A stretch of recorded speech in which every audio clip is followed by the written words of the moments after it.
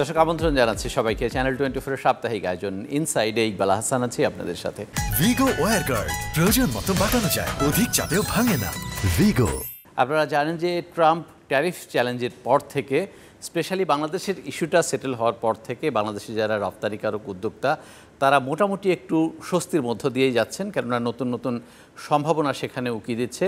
আমরা প্রধান রপ্তানি খাত তৈরি পোশাকের কথা এরই মধ্যে আপনাদের সামনে তুলে ধরেছি, তবে এর বাইরেও জুতা এবং চামড়াজাত পণ্যের সম্ভাবনাটাও কিন্তু বড় হচ্ছে। বড় বড় ক্রেতারা এখন বাংলাদেশমুখী হচ্ছেন। তাদেরকে আসলে রিসিভ করার ক্ষেত্রে বাংলাদেশ কতটুকু প্রস্তুত এবং এই সেক্টরকে কত দূর এগিয়ে নিয়ে যাওয়া সম্ভব, আমরা একজন উদ্যোক্তার কাছ থেকে এই অভিজ্ঞতাটা শুনবো। অমৃতা মাকিন ইসলাম, তিনি পিকার্ড বাংলাদেশের উপব্যবস্থাপনা পরিচালক এবং এই খাতের যে সংগঠন রয়েছে LFMEAB তার পরিচালক। আপনাকে স্বাগত জানাচ্ছি এবং অনেক ধন্যবাদ জানাচ্ছি আমাদেরকে সময় দেওয়ার জন্য। একজন উদ্যোক্তা হিসেবে ট্রাম্প এই যে এর পরবর্তী 1-2 মাসের অভিজ্ঞতাটা আপনার কাছ থেকে একটু শুনি প্রথমেই।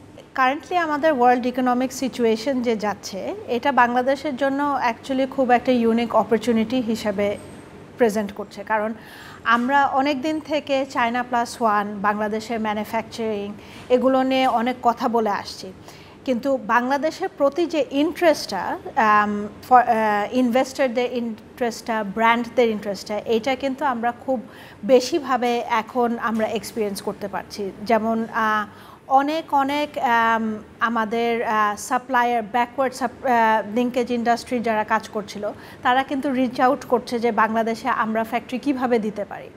তারপরে অনেক আমাদের ব্র্যান্ডসরাও বলছে যে আমরা আমাদের পার্শ্ববর্তী দেশের থেকে আমরা কিছু অর্ডার তোমাদের বাংলাদেশে শিফট করতে চাচ্ছি ট্যারিফ বেনিফিটের জন্য। So really the opportunity is very big and very good for Bangladesh. তো এখন আমাদের বিজনেস কমিউনিটি এবং আমাদের উপর নির্ভর করে যে এই অপরচুনিটিটা আমরা কত ভালোভাবে এনক্যাশ করতে পারি। সেটা তো আমাদের প্রস্তুতির ব্যাপার আছে, কিন্তু আমরা দীর্ঘদিন ধরে যেটা বলে আসছিলাম যে বড় বায়াররা বাংলাদেশে আসতে চান না। আমরা গুচি, প্রাদা, এরকম গ্লোবাল ব্র্যান্ড যেগুলো বাংলাদেশে হয়তো এখনও চিন্তা করেন কিনা আমি জানি না, 2 বছর আগেও চিন্তা করতে, এই পারসেপশনটা চেঞ্জ হয়েছে কিনা? এই পারসেপশনটা ধরেন এত বড় ব্র্যান্ড এখন পর্যন্ত রেডি না বাংলাদেশে আসার জন্য, কিন্তু আমরা যেগুলো বলি mid level brand, affordable luxury, for example coach, Michael course, তারপরে ক্যালভিন ক্লাইন, টমি হিলফিগার, তারপরে আমরা যদি ফুটওয়্যারের ক্ষেত্রে বলি অনেক ধরনের ব্র্যান্ডই, যারা স্পোর্টস শুজ, যারা ইউটিলিটি শুজ করছেন, Puma, Adidas, Nike, Steve Madden, এ ধরনের ব্র্যান্ডরা কিন্তু they are very interested in coming to Bangladesh. এবং মিড রেঞ্জ ব্র্যান্ডেই কিন্তু আসল ভলিউমটা আছে। So which is a very positive side for Bangladesh, কারণ এই ব্র্যান্ডগুলো কিন্তু আগে ট্রেডিশনালি তারা ম্যানুফ্যাকচার করে এসেছে চায়না, ইন্ডিয়া, ভিয়েতনাম, এরকম দেশে। সো বাংলাদেশে এরা এখন সিরিয়াসলি বাংলাদেশের দিকে তাকাচ্ছে to source from this country. আপনার এই যে 18 বছর ধরে এই খাতের সাথে আছেন এবং আমি যতদূর জানি বেশিরভাগ সময়ই আপনার চামড়াজাত পণ্য নিয়েই সময় কেটেছে, এখন চামড়ার বাইরেও এই সুযোগটা ধরার জন্য আপনি এই সুযোগগুলো নিচ্ছেন কিনা? ডেফিনেটলি, কারণ এখন যে গ্রোথটা হচ্ছে, যেহেতু আমি ফুটওয়্যার এবং লেদার গুডস এই দুটো সেক্টরকে রিপ্রেজেন্ট করি, আমরা খুব হিউজ ইন্টারেস্ট দেখছি যে আপনার নন লেদার ব্যাগস এবং নন লেদার ফুটওয়্যার, স্পেশালি স্পোর্টস শুর দিকে।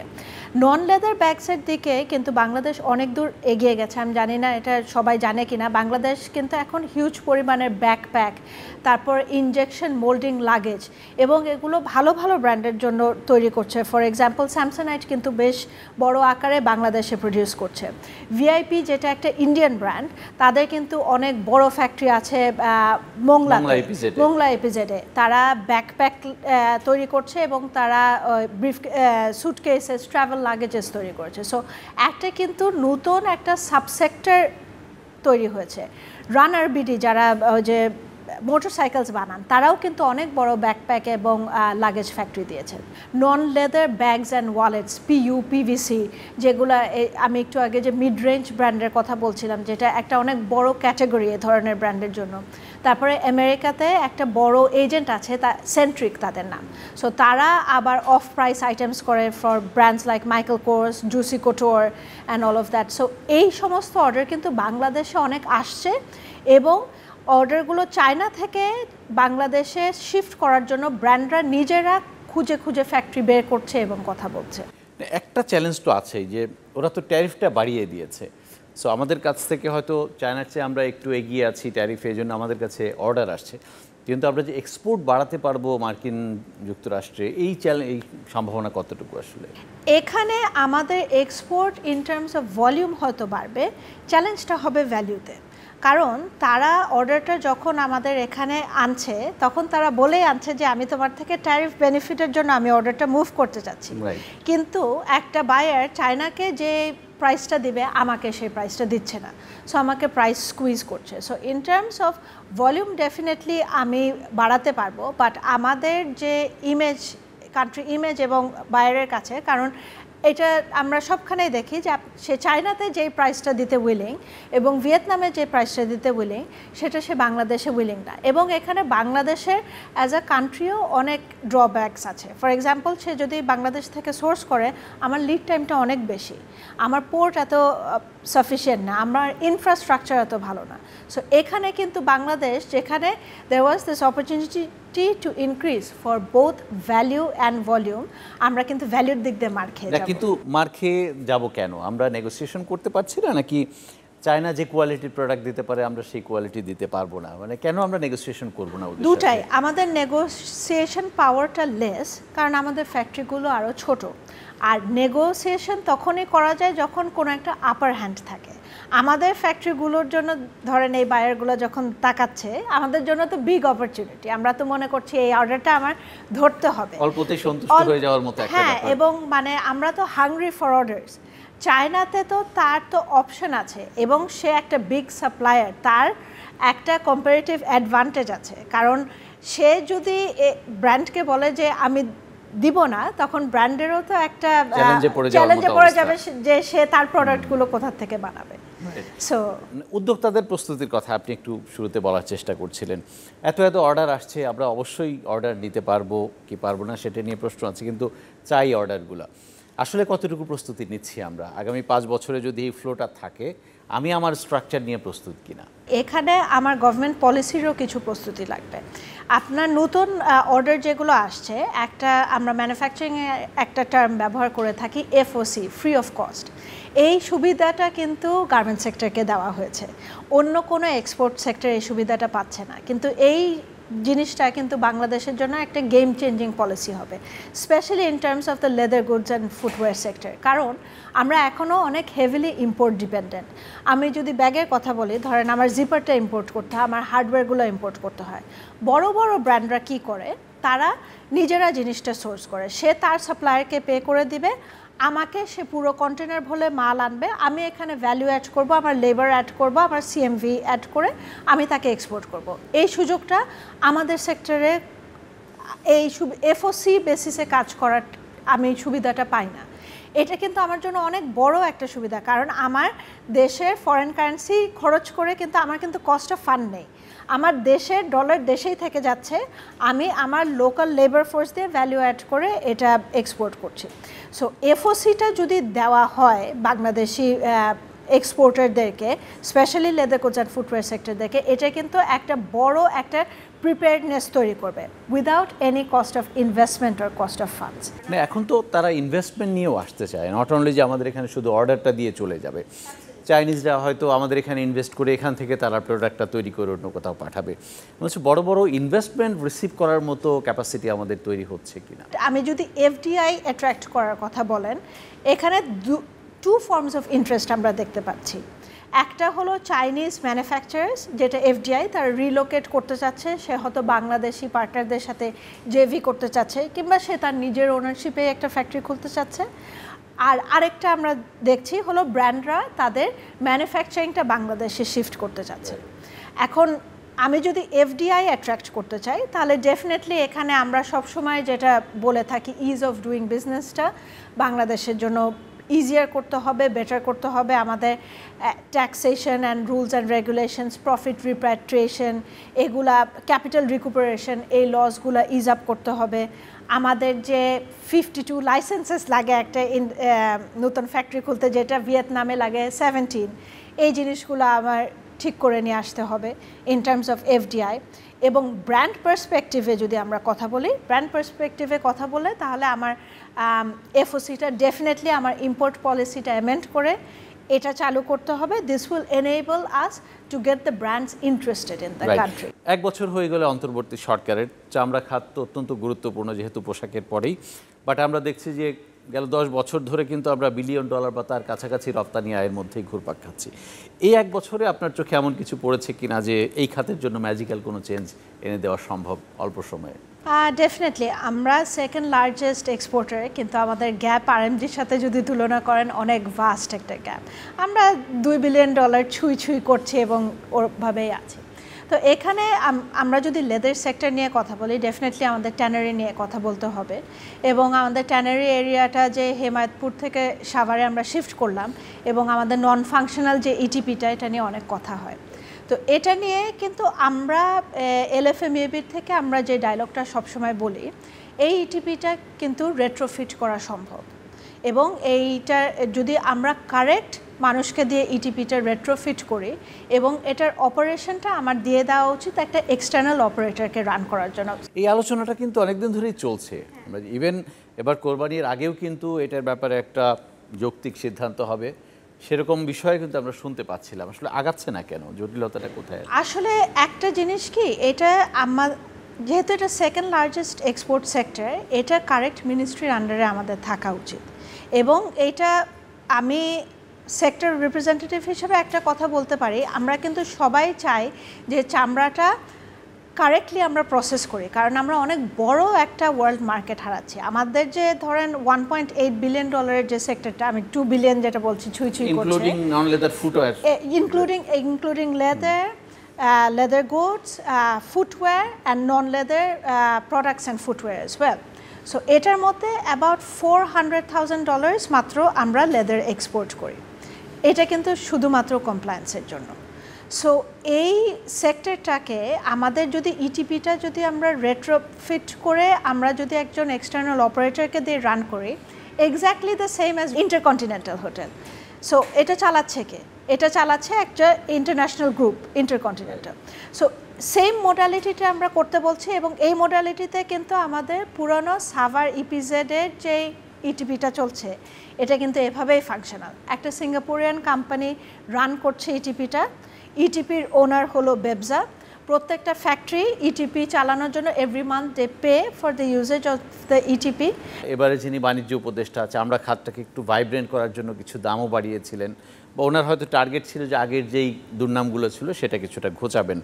আপনার চোখে এরকম কিছু পড়েছে কি? একটা জিনিস আমরা দেখেছি যে ইটিপিটা নিয়ে যে সমস্যাটা ছিল, অ্যাটলিস্ট এই কথাটা এখন আমরা অ্যাডমিট করছি যে ইটিপিটাতে সমস্যা আছে এবং কিছু করা সম্ভব। ইম্পর্ট্যান্ট একটা পার্ট কি, যেটা হয়তো আমরা অনেকেই জানি না, এই পুরো সাভার প্রজেক্টটা তো মিনিস্ট্রি অফ ইন্ডাস্ট্রিজের আন্ডারে দেওয়া, এবং ইটিপিটা করতে দেওয়া হয়েছিল বিসিককে, এবং বিসিকের কোনো অ্যাকচুয়ালি বেসিক নলেজ নেই how to run an ETP. So আমরা সবসময় চাচ্ছি যে ইটিপিটা এমন একটা মিনিস্ট্রিকে দেওয়া হয়, কিংবা এমন একটা কাউকে দেওয়া হয় যারা প্রাইভেট সেক্টর এঙ্গেজমেন্টটা করবে, কারণ আসলে গভর্নমেন্টের একজনের তো ইটিপি রান করার এই নলেজটা থাকার কথাও না। আমরা উদ্যোক্তাদের মধ্যে একটা বিষয় লক্ষ্য করছি যে যেহেতু চামড়া আমাদের নিজস্ব এবং হিউজ র মেটেরিয়াল, যেটা হয়তো ভিয়েতনামেরও নাই, কিন্তু তাদের এক্সপোর্ট টোটালি অনেক বেশি আমাদের চেয়ে। বাট আমরা এখন চামড়াজাত পণ্য বা চামড়ার জুতা রফতানির চেয়ে নন লেদার ফুটওয়্যার আর নন লেদার আইটেমসের দিকে বেশি ইনভেস্ট করছি রিসেন্ট টাইমে। আমার কাছে অন্তত এটাই মনে হয়েছে। এটার কারণটা কি? আসলে প্যারালালি দুইটাকে এগিয়ে নেওয়া সম্ভব কিনা? একটা কারণ হলো এটা মার্কেট ড্রিভেন, কারণ গত 5 বছরে ডিমান্ড নন লেদার ফুটওয়্যার এবং নন লেদার প্রোডাক্টসের অনেক বেশি এসেছে। সো এখানে বেসিক্যালি মানে ধরেন কাস্টমার ড্রিভেন এবং ডিমান্ড ড্রিভেন, এই কারণে এই সেক্টরটা গ্রো করেছে আরও অনেক বেশি। আর আমরা যদি আমাদের নিজেদের চামড়া ব্যবহার করতে পারতাম, তাহলে ডেফিনেটলি এখানে লেদার প্রোডাক্টস এবং লেদার ফুটওয়্যার এবং লেদার ইন ইট সেলফেরও অনেক বড় একটা সম্ভাবনা থাকতো। আপনাকে যদি একটা এক্সাম্পল দেই, বাংলাদেশে একটা চাইনিজ ফ্যাক্টরি আছে গোল্ডেন চ্যাং, তারা স্পেশালিটি বুট বানায়, এবং কুমিল্লা ইপিজেডে আছে, তারা চিটাগংয়েও কিছু ফ্যাক্টরি বানিয়েছে। সো ওরা কমপ্লিটলি কিন্তু লেদারটা ইম্পোর্ট করে ওদের বানাতে হয়, এবং তারা অনেক দিন থেকে তারাও অনেক লবি করেছে যে তোমাদের ট্যানারি এরিয়াটা যদি তোমরা ঠিক করো তাহলে কিন্তু এটা আমরা সেমি ফিনিশ লেদার আমরা এখানে ফিনিশ করে আমরা অনেকটা কস্ট বেড়ে যায়। ইয়াং ওয়ানও কিন্তু একটা প্রজেক্টের উপরে অনেক তারা ফোকাস করেছিল, ওয়ান্স এগেন স্পেশালিটি বুটস, এবং এগুলো কিন্তু অনেক ভ্যালু অ্যাডেড আইটেম, এগুলো around $80 $90 a pair shoes.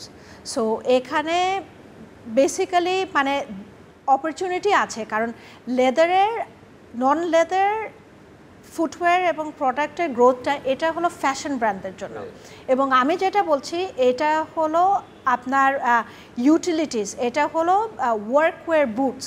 So এটার ডিমান্ড কিন্তু সবসময় থাকবে। তো আমরা যদি ট্যানারি এরিয়াটা ঠিক করে ফেলতে পারতাম আমরা কিন্তু এই অপরচুনিটিগুলোও গ্র্যাব করতে পারতাম, and at the same time আমরা কিন্তু লেদার প্রোডাক্টস ফুটওয়্যার এবং লেদার ইন ইট সেলফের এক্সপোর্টের গ্রোথটাও কিন্তু আনতে পারতাম। লেদারের ভ্যালু অ্যাড করাটা তো আরও মনে হয় সহজ, গ্লোবালি যে ডিমান্ড একেবারে কমে যাচ্ছে তাও না, বাট ভ্যালু এডিশনের জায়গায় আমার ধারণা লেদারের সুযোগটা বেশি। ডেফিনেটলি, কারণ র মেটেরিয়ালটা তো আমার হোম গ্রোন। রাইট। তো সেক্ষেত্রে আরেকটা চ্যালেঞ্জ আপনাদের আছে ব্যাকওয়ার্ড লিঙ্কেজ। আমি জানি না দীর্ঘদিন ধরে এটার ব্যাপারে কথা হচ্ছে, বাট এখনও মেবি অলমোস্ট 100% আমাদের ইম্পোর্ট ওরিয়েন্টেড ব্যাকওয়ার্ড লিঙ্কেজটা, এইটাতে আসলে ইনভেস্টমেন্ট কেন উদ্যোক্তারা বাড়াচ্ছেন না?